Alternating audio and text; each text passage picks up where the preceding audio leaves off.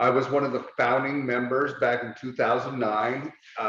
There was 3 commercial fishermen, and we pooled $1,500 a piece to buy a couple hundred, or a few 150 quart ice chests. We didn't even have any totes, and some market scales, that were good for marketing, certifiable, and we had a hard time. The reason why we did it to begin with is we had been going through a groundfish crisis that resulted in a big push for marine reserves, and we live in one of the richest ecosystems on the West Coast here at Cape Blanco. You've got the California current and the Davidson current that swings up, and a lot of offshore structure. So a lot of great habitat, and because of the high relief habitat, it wasn't trawled to death, back before the Magnuson-Stevens Act, when the foreign fleets were in here and stuff. So there's always been a pretty good foundation of stocks here. And we knew that we were in the bullseye for getting a marine reserve here. So we figured that rather than sticking our head in the sand and saying no, which would have just resulted in them doing it without our input, we'd engage. And so we sat down with Satan himself, and the big nonprofits, Pew and Oceana and Surfrider Foundation, and we shared our experiential knowledge, and they told us about marine reserves in places that had been established for years, and the science behind it. And it's kind of started to make sense, that it could be like a savings account for our waters. But in doing so, we knew that we'd have to lock up some of our turf, right? And so we have a nearshore fishery here that's primarily a live fish fishery, where we vent the fish and they go down to the Asian markets down in the San Joaquin Valley in Central California, Bay Area. And we probably locked up about 20% of that fishery into, never to be fished again. And so we wanted to mitigate that loss, even though we did kind of see it as an investment, by marketing fish locally and adding value the best we could. We live in a small town that's miles from anywhere. When they say that we are in the middle of nowhere, one person can drive south and one person can drive north on 101 highway here and race to somewhere, and it'll be a tie. So that's the middle of nowhere. And I think reading the situation with Kauai, it's kind of the same thing. You got your captive audience, so much demand, but you have influxes in supply, and so there's gluts in the market, and you're having problems there. We found that the best thing that we could do is get away from fresh, and frozen is the new fresh. And so we got set up. Of course, well, I guess kind of get in front of myself. The 3 fishermen who started this realized that as 3 independent fishermen couldn't get anything done. So we went ahead and gifted the company to our overarching nonprofit, which was Port Orford Ocean Resource Team. And then from that foundation, we were able to go for grants, and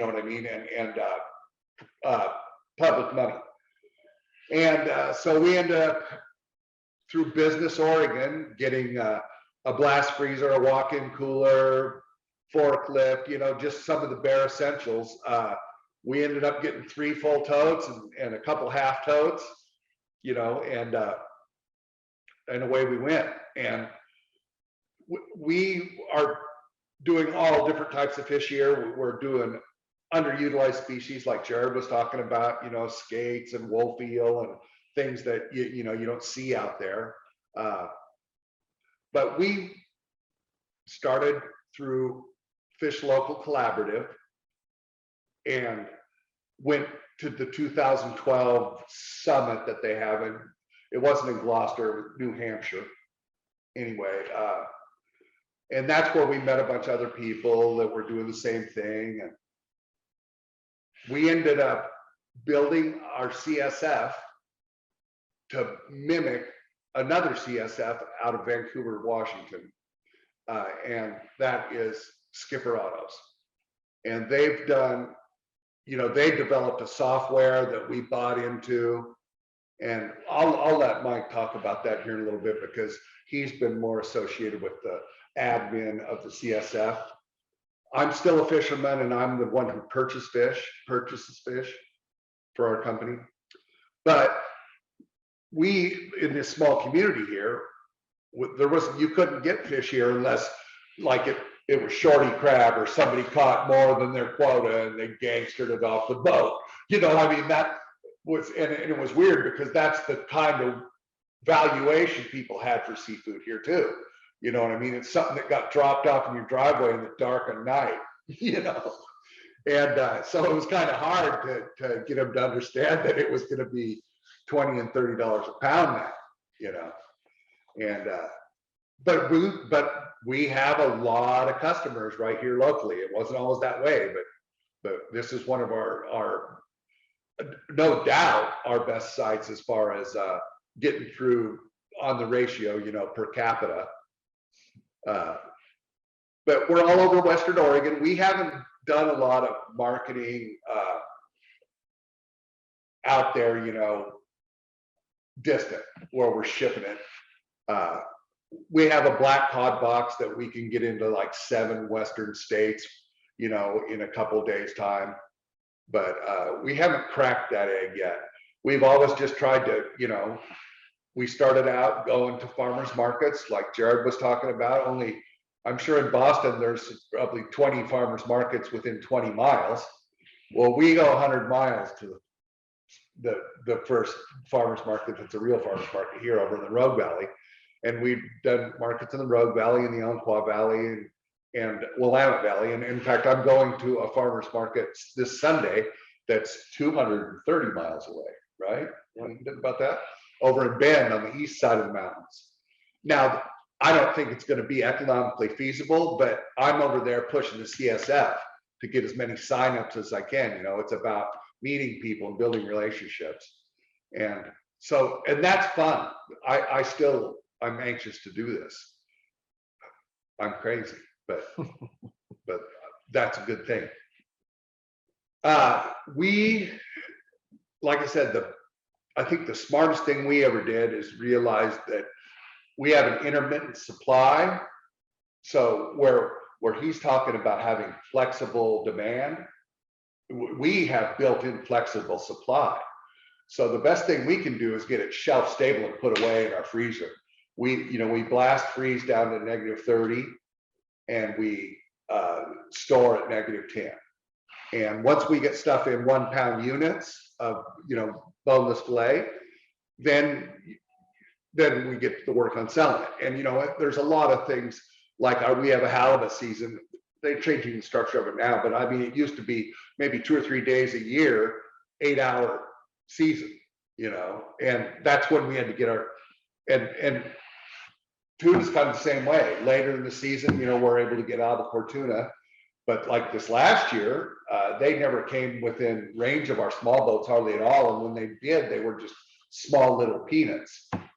Even the big operations down here said that they only got about 40% of what their target was last year. So we ran out of tuna a long time ago, but we have to kind of anticipate what our demand is going to be, and source accordingly and get it put into storage where we can work off of that pile.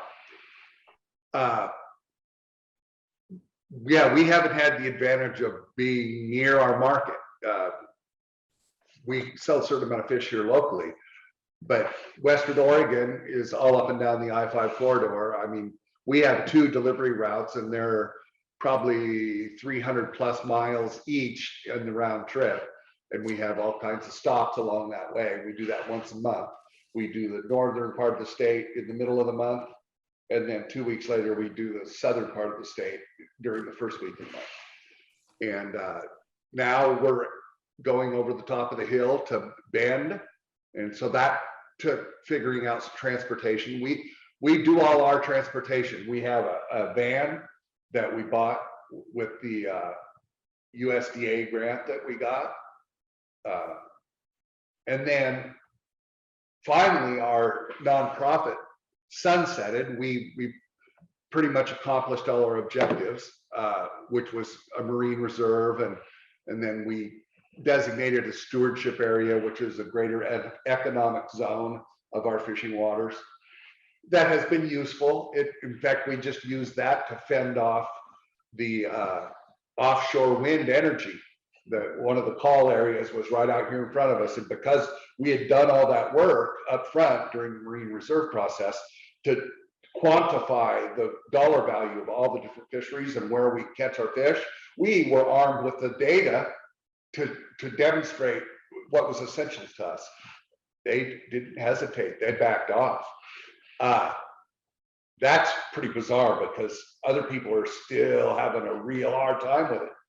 But being that we, you know, did all that work up front, it's protected our resources and our access.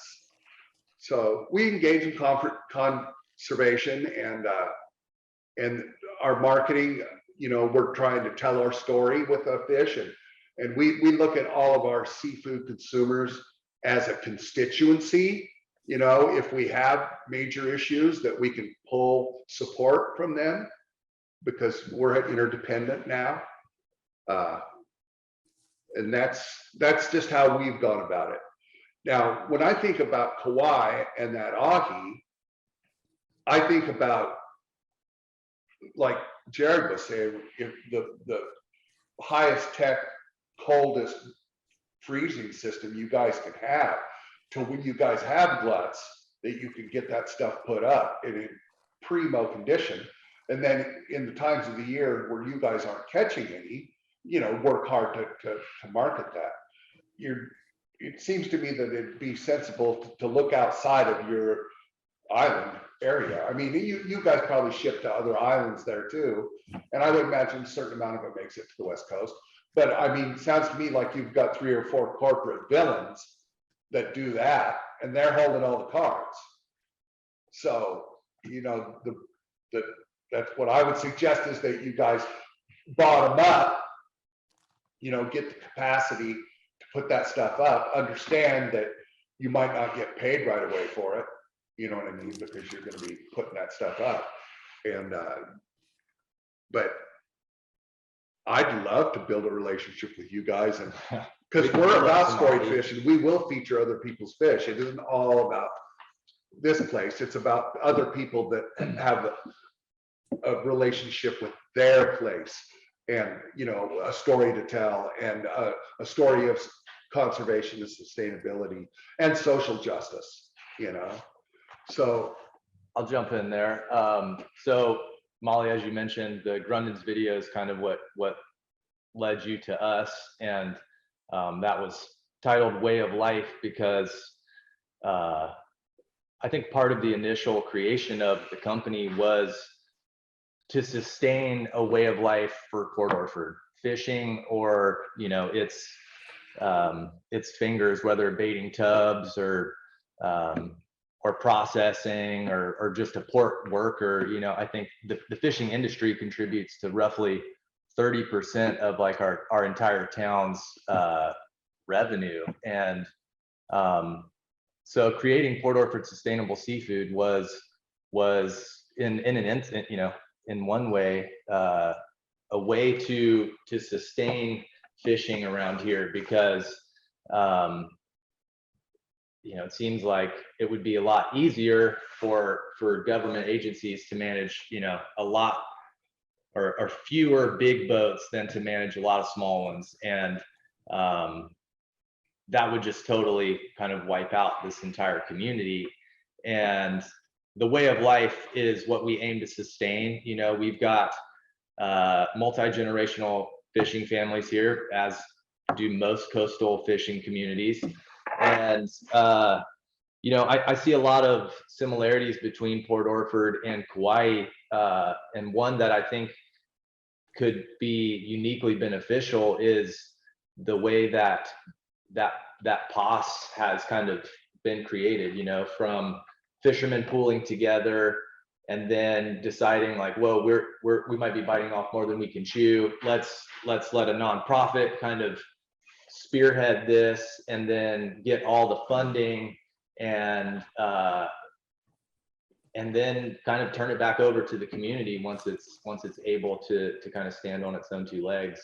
And yeah, I mean, I feel like, you know, I have a bit of this kind of imposter syndrome and these kind of moments because I've been doing this for less than a decade. I started in the processing room downstairs, and then moved into a CSF management position when the opportunity arose.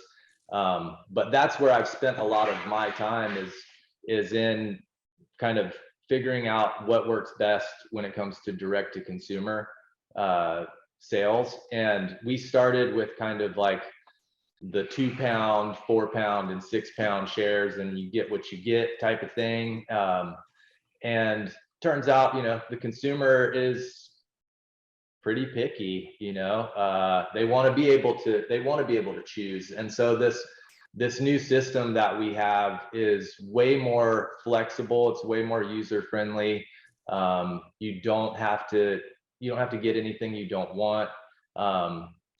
Like Jared was mentioning, I can't remember the terms he was using, but we call it eating with the ecosystem.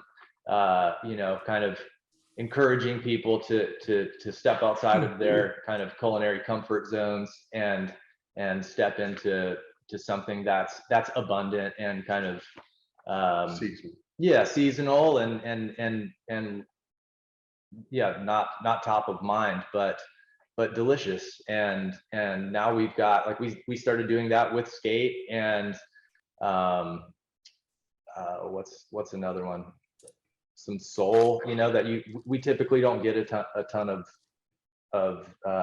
is it sole I'm thinking of? Petrale sole. We don't typically get a ton of petrale, but it's all caught in the trawl fishery, and we're all hooked and line boats here. But when we started offering it, you know, it sells in a heartbeat. And